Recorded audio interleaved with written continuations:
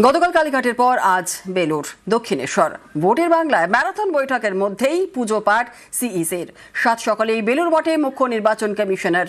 বেলুর মঠ হয়ে দক্ষিণেশ্বরে যেতে পারেন জ্ঞানেশ কুমার। আজ 6:44 নাগাদ তিনি রওনা দেন। গতকাল কালীঘাটের পর আজ বেলুরে জ্ঞানেশ কুমার। সাত সকালে বেলুর মঠে মুখ্য নির্বাচন কমিশনার জ্ঞানেশ কুমার। ভোটের বাংলায় ম্যারাথন বৈঠকের মধ্যেই পুজো পাঠ সিইসির। সাত সকালে বেলুর মঠে মুখ্য নির্বাচন কমিশনার তিনি পৌঁছেছেন। বেলুর মঠ হয়েই সম্ভবত দক্ষিণেশ্বরেও যেতে পারেন জ্ঞানেশ কুমার।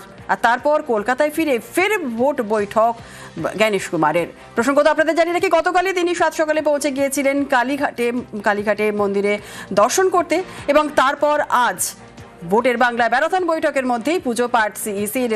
সাত সকালে বেলুর মঠে পৌঁছে গিয়েছেন জ্ঞানেশ কুমার। আরো বিস্তারিত জানবো, আমাদের সঙ্গে রয়েছেন আমাদের প্রতিনিধি দেবাশিস। জ্ঞানেশ কুমার বেলুর মঠে এসে পৌঁছেছেন, কি ছবি সেখানকার?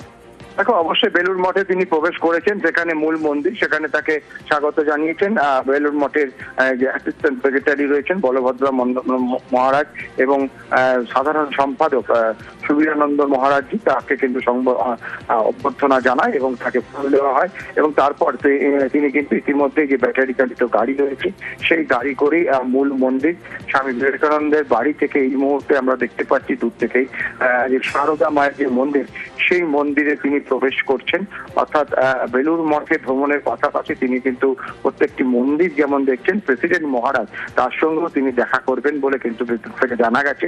এবং তাকে প্রথমেই মূল মন্দিরে নিয়ে যাওয়া হয়, সেখান থেকে স্বামী বিবেকানন্দের বাড়ি এবং পরপর যে মন্দির রয়েছে এবং সারদা মায়ের মন্দির রয়েছে, স্বামীজির মন্দির রয়েছে, প্রত্যেকটি মন্দির ভ্রমণ করার পর তাকে নিয়ে যাওয়া হবে বেলুর মঠের প্রেসিডেন্ট মহারাজের কাছে।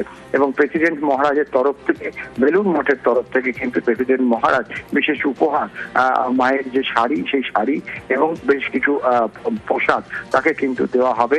এটা কিন্তু বেলুর মঠ সূত্রে আমরা জানতে পেরেছি। অবশ্যই জ্ঞানেশ কুমার এই মুহূর্তে রাজ্য নির্বাচন নিয়ে যখন ব্যস্ত, তারই মধ্যে রাজ্যে এসে কিন্তু বেলুর মঠে প্রবেশ করেছেন তিনি এই মুহূর্তে। একেবারে ধন্যবাদ।